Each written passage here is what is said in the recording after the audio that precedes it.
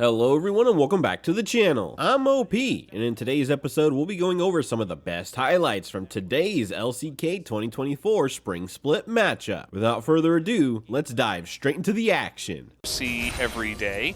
That was a bit over a year ago, as here is Canyon in the bottom lane looking for a dive.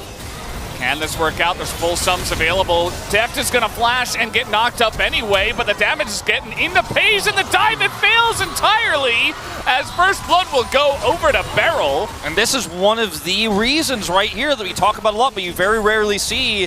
You know, we haven't really focused on it all this game, is Keen having the counter matchup, obviously, into the Cassante, but even he has been kind of pushed into his turret for a lot of this game. There's nothing happening up here top side, and it has been discussed to death, and even, you know, there's been debates about it where it won, as Dragon has been 16, 14-ish.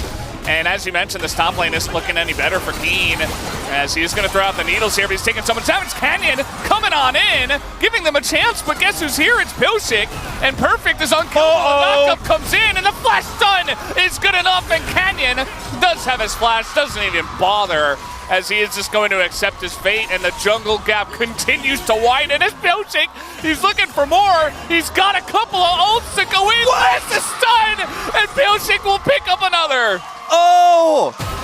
This! Or if Gen.G hesitated or tried to cover Keen there, Beryl has teleport, right? And he could actually make a play on either side of the rift. He can come over, and obviously BDD had TP as well, and maybe he ults a Karma, but this was not just a 100% all in on top side. I mean, it was obviously eventually, but they didn't have to play it that way. They had so many options, and could have even teleported the Nautilus top side if Keen tried to hold and defend up there. So they guaranteed those on a Viego.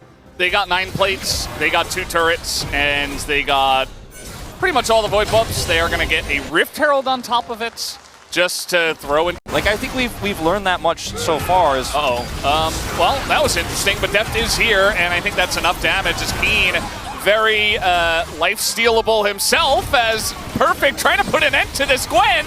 Can't quite do it. The movement from Keen is insane, and now Deft having to flash away just to try to salvage. Be left alone here to weak side this. I don't think he survives this one, to be honest. This time, I think it might be a little bit too much to ask of a Nautilus alone, but he's clearing the wave. He's going to clear the wave. And you know what? Ult comes in, Aftershock, and he's pretty tanky, but there's 4 people there, so yeah. Probably should not have called bait. It was all a bait wolf. Beryl is a genius. Yeah. Because, I mean, they are going to get this mid turret. I mean, there's not much Gen.G can do except try to get topside turret with that TP. They were never going to win the dragon fight. And, you know, Beryl is an added bonus. But yeah, I mean, there's just too much bottom side control for KT. And nice driving. Yeah. Extra damage. Big Raptor! Big Raptor alert! You know, it gets him to the Raptors sooner than it would have. That's efficient pathing. Yeah. And this will actually charge if nobody deals with it. Guys? Nautilus just stands in your ultimate and stops you from farming. Yeah. Frozen Heart, pretty good item. Beryl, I don't know about this one. I think, you know, tanking up the culling was fun and nice, but he is going to flash and, okay. Wait! Drag does come in. Wait! Oh, he lives! It was all made! The 3,000 IQ play from Beryl as he brings him down the lane, and now you don't have your jungler. Beryl just looked Canyon in the... God. Oh! On Valentine's Day! He took his heart away. Canyon is dead. That's a Baron call. That just happened. No smite. You have amazingly tanky members, incredible sustain.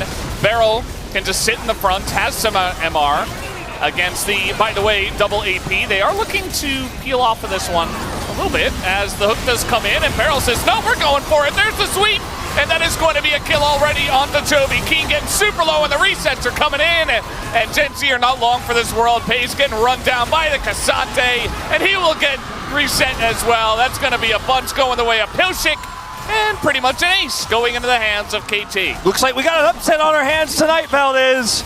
Beryl just with one big, but basically the whole time it looks like, when you watch replay, it kind of looks like it was intentional, doesn't it? If you want to like put that spin on it, but it's a game-winning play, quote unquote, as Gen.G tried to punish him and fail, and now I mean this Baron just opens up the whole base, and You are now this far behind, almost 10,000 gold here at 24 minutes in the game. Senna's starting to scale up. Leandres is here for BD because he's not a Lich Bane builder. He's one of the OG Azirs, he knows.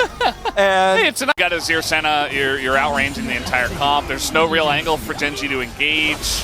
For Jarvan to press his buttons, he's been kind of useless all game long after the dive, and after Pyosik got such a massive lead, and you see Keen, he's trying to do something, trying to just run at them, trying to take down Beryl, and this time he will, as he says, I've got the damage, and they will be able to push them back. KT, though, still with a massive push here. They take down 2 inhibitor turrets. from BDD, or it's actually from Beryl. There's a Emilio out of place, and yes, Beryl is like, I heard you were talking about POG. Here I am. I'm trying to get myself a little one. Nice double knockup from Perfect here. They're just trying to put the cherry on top at this point, as even Keen, I mean, he can't really do much damage to anyone. Perfect is getting pretty low, as the Sentinel does come out a little bit late, but it's fine. They take out Keen, as now Pyosik is Keen. And he's like, well, I've got some damage too. Ulting on in, this guy just doesn't care, as he goes way too far. He's getting very excited at this point in the game. It was a nice appeal for POG, but it's not going to get it. Nice try. It was a good Fortunately, now Beryl has POG vote. Yeah, Beryl's looking like might be a 12er after that one. POG damage when people are on top of her, but otherwise, because of the range issue, if she's not on top of people, she can't really be relevant, and she's not very good in this draft, I feel. Would Rumble have been better? Maybe. Is Gen.G, where are you going?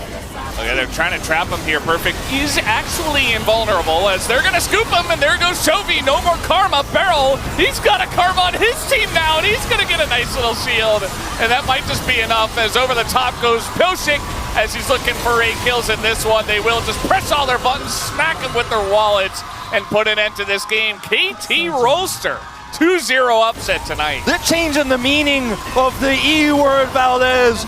Are the KT fans excited? No. They look and they see excellence. That is what we saw in this game. Excellence from KT. Game 1, Game 2, back-to-back a stomp over our, until this moment, undefeated 6-0 Gen.G. Now 6-1, and I don't know what happened. These were some of the best highlights from today's LCK 2024 Spring Split matchup. Which moment was your favorite? Let me know in the comment section below. This is OP, and I'll see you tomorrow. Take care.